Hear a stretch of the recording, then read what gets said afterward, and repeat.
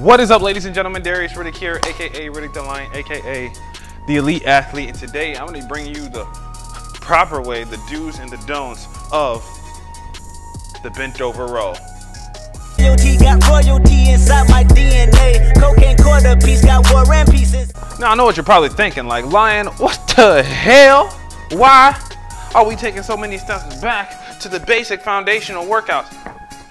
Because just like anything, the basic fundamentals are super important to be mastered before we start getting to those compound lifts. So, like the bent over row and like many other exercises, it is so easy to mess up. But a couple things that we're probably doing wrong. Well, first, before we even start, let's focus on what muscles that the bent over row is even focusing on. All right, so there's just a couple things that I want to hit about a bent over row before we even get started. For those of you that understand, we go back to the fundamentals and make sure that we're doing things the correct way because longevity is the goal, right?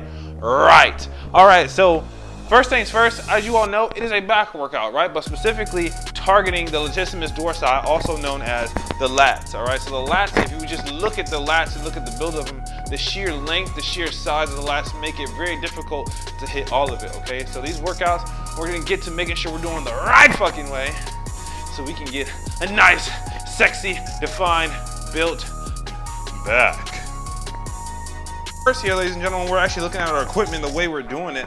Wherever you decide to pick your fancy in your gym, right? You want to make sure that you're doing it at an angle. Why? Because if we take a look back at the way the lats are actually positioned again, right? In order to hit as much muscle gain as we physically can, our bodies need to be aligned in that position. If we're too far forward, then we can't get the correct pull, right? There's going to have to be a lot of corrective action, and we don't want that. So we put it at an angle, that way we can get that proper pull. And don't worry, I'm gonna show you exactly how that looks. So number one is the incline. Make sure your bench looks like this,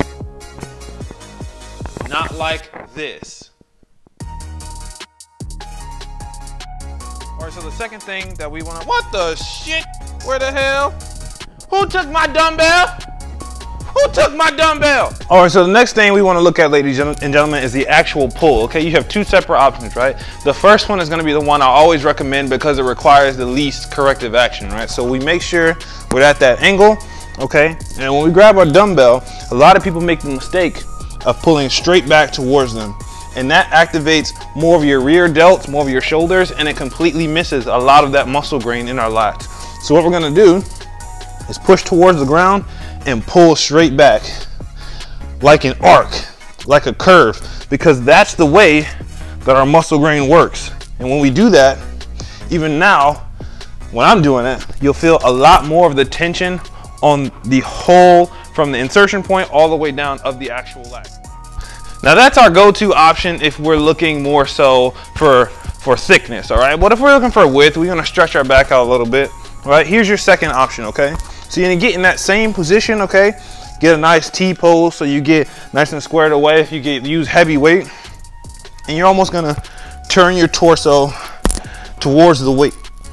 And what that's gonna do is give you more width to focus on the entire lat, all the way across from your spine, back around to the insertion point.